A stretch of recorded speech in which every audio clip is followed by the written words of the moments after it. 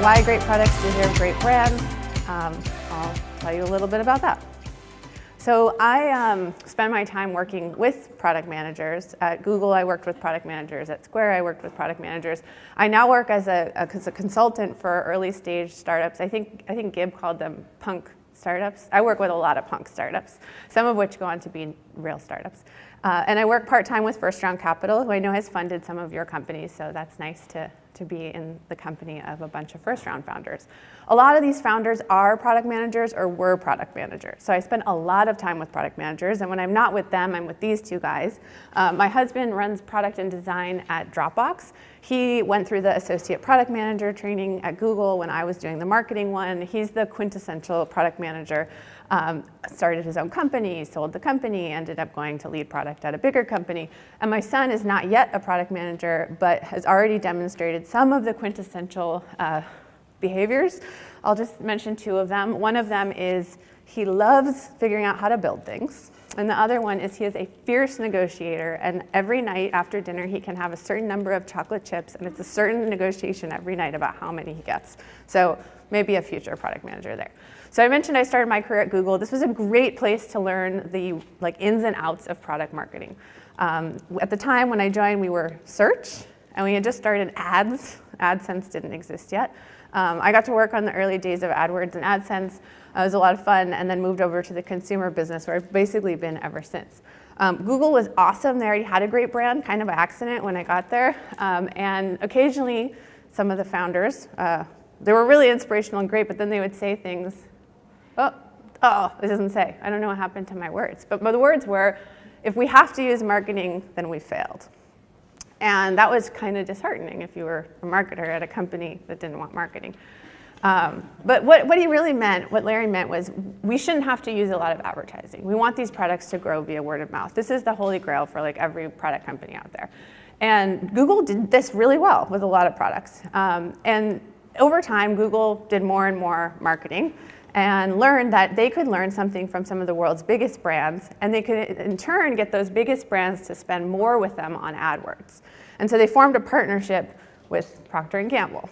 And one of the parts of that partnership was that marketers at Google could go spend time learning how to be brand managers at Procter & Gamble. And Procter & Gamble, who at the time their digital budgets were nowhere near where they should be, would increase their spend because we'd be teaching them why they should be spending more online. It was a great idea. I got to be part of the first class to go to Cincinnati and spend time and become a Procter & Gamble brand manager in a box. And I learned so much, and we brought that back to Google. We started thinking, instead of about all our products like this, we have products, they have these features, you can barely read this, they just have icons, you can search. You can search on your phone. They don't really tell you that much. This is the product page for Google today. We went to a company that thought about brands. And these brands, and this page doesn't maybe show you, but they have emotion, they have people. We followed people home and asked them why they bought Febreze, and the reason was I'm embarrassed, I'm a bad mom because my house is dirty, I failed. That's the insight we were going after. And so we brought some of that back to Google. And one of the brands we learned the most about was Tide, which, how many of you use Tide? They have 40% market share in the US of laundry detergent. How many of you do laundry? The same number of you do laundry and use Tide. So we learned a lot about Tide. And Tide is an interesting product. I don't know if anyone knows about the history at all, but a lot of you start your companies or work for companies that had some technological innovation, whether that's, we found this proprietary way to do this, or we figured out if you do this and this together, it's super cool. There's something there, right? There's something no one else is doing. And it was 1947, and a chemist who'd been working for Procter & Gamble for many years finally figured out that if you mix these 3 chemical compounds together, you ended up with something that cleaned better than soap. It had stain-lifting properties. If you put this in washing machines were just something that people were buying. There was a suburbanization of America post-World War II. There was also a baby boom, which meant a shit ton of laundry. And people wanted their clothes to be clean, and they wanted to clean them at home. And so what they did was they took that technological innovation, that there's basically a synthetic detergent, and they built their biggest brand around this technological innovation. And you look at this box, this is a box from 1947, it doesn't look that different from the Tide you see today. And what they realized was if you just marketed a synthetic detergent in 1947, that could be like super scary and bad. And people were like, why would I use that? I just use soap. Soap works great. Synthetic sounds scary. But if you built a really great brand around it, people would actually want to use this. And so the value proposition of cleaning better than soap, the way it looked, the insight to distribute little packets of Tide in every one of those home washing machines that all these post-war moms were buying, and to tell them, you know what, you're a good mom if your family's clothes are clean, and Tide is a product that you can trust to make you that good mom. So that's the kind of brand they were building. The name actually came from this idea of there's oceans of suds and tides. So I don't know how much that plays out into their visual design, but now you know. So at the time, the brand helped them establish a new category of product, and that category of product was a synthetic detergent. And now there's a million synthetic detergents. The shelves look like this. And people are still choosing Tide. And I think part of the reason is that they've so owned this stain lifting, this you can trust, and they can price it premium and people still buy this. So what does this matter for you? You don't make detergent. I'm going to even show you another soap example. This works, a lot of what Tide did right, you can do right too. And I think some of it takes, 70 years of marketing, and others of it exercises you can do when you get home.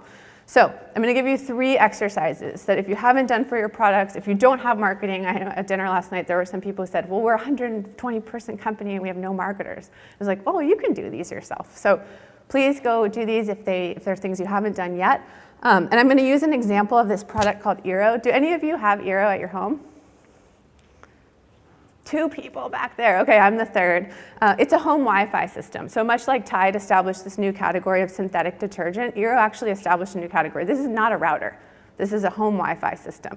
You didn't know you needed a home Wi-Fi system. Now you guys are all going to go Google it, and maybe some of you are going to buy it, and we've just established that you are out of date because you at home are using a router. And so I'll tell you a little bit about them. I started working with these guys. They're a first-round company. They're way beyond that now, but they started with them then. The CEO and his 2 co-founders were working out of the CEO's apartment. They're now over 100 people and one of the best-selling high-end router replacements on Amazon. So we did all these exercises, and they gave me permission to share some of that, so I'll give you some examples from them. So first, your purpose. This is the why. You have to give me a reason to want to believe in your company and to root for you to win. And if you don't give me this, I do not care. You're just spewing features at me, which product managers do love to do. So how do you want to change the world for the better? Sounds a little cheesy, but the way I like to think about this is basically there's two sides of this. And this exercise actually comes from Ogilvy. There's a great series of books that David Ogilvy wrote. If you guys are at all interested in more of this stuff, read those books. The best one I think is on advertising. So this is how this works. One of these Venn diagram sides has a cultural tension. What is going on in the world that makes you relevant? So this is kind of the why now. Why are you relevant right now? And on the right side, if everything works just as you wanted it to work and the way you designed it, what do you deliver? When things are working perfectly, what's that promise you make to people? And if you fill this out, it could be product, and maybe not at the company level. Most of the companies I work with have one product, so the company equals the product. That's not true for you, put in product. For my company, the world would be a better place if, and if you can't finish that statement, I will not want to root for you. So here's an example, another non-soap alternative, not from Procter & Gamble. This is a Unilever company, it's Dove. This is their real one. So what was going on at the time was the 1990s. There was a bunch of Photoshop going on. Women were starting to feel bad about their bodies because I did not look like what was her name? Cindy Crawford, or the models today are like totally different. But yes, it was unattainable ideals of women's beauty. And what was Dove and how is that relevant? Well, they were a gentle alternative to soap that delivered real care for your body so you could feel good about it. And how did they finish the sentence? Well, for Dove, the world would be a better place if women were allowed to feel good about their bodies. This is a pretty big idea. This is pretty far removed from what they do.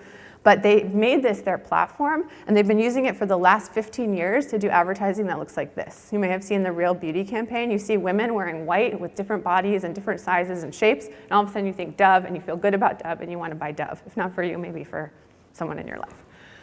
So this purpose can last about 15 years, 10, 15 years. It's a big time horizon. It's a big idea. So how does that look if you go to a company like Eero? Well, for Eero, Wi-Fi is a core utility in today's home. I basically move somewhere. I make sure the water's running. I make sure there's electricity, and I set up the Wi-Fi, like literally in that order. So it's a core utility for today's home, and it's been neglected. Our technology we're using, before I had Eero, my router had been there since I moved into my place in 2008. So it's not something I've been updating the way I've been updating my iPhone.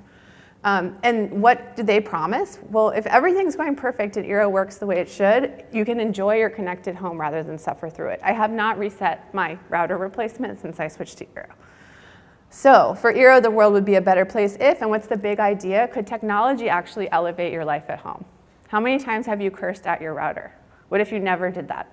What if it was so good you didn't even have to think about it? So that's kind of where they're going with their long-term platform message. And it leads to different advertising that I'll show you later. So this is the second one. This is your product positioning. This is the one that product managers love because it's about your product, and you can do this for yourself tomorrow or tonight. And if you haven't, please do. When I meet a new founder or a new product manager who's going to develop some new product at an existing company, the first thing we do is we get coffee and they tell me about their product.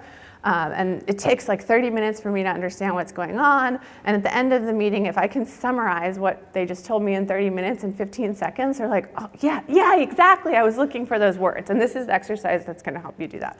So this is how it goes. If anyone went to business school and took a marketing class, you may have learned this. I learned this when I was 22 as a Google APMM, and I've been using it ever since. So please feel free to steal.